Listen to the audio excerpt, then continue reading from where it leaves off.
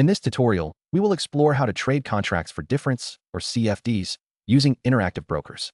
CFDs are popular instruments that allow you to speculate on price movements without owning the underlying asset. To begin, you'll need to have an account with interactive brokers. If you haven't done that yet, make sure to visit their website and complete the registration process. Once your account is set up, log into the Trader workstation or the mobile app. Familiarize yourself with the interface.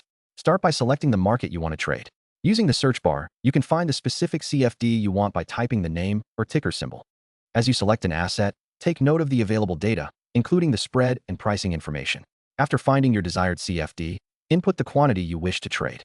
Decide whether you want to go long, predicting the price will rise, or go short, anticipating a price drop. Ensure that you set a stop loss and take profit order to manage your risk.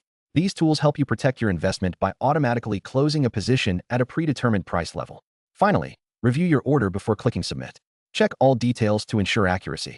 Once satisfied, execute your trade and monitor your positions through the platform. You can analyze your trades regularly to refine your trading strategy and improve your overall performance. Happy trading, and best of luck with your CFD investments in interactive brokers.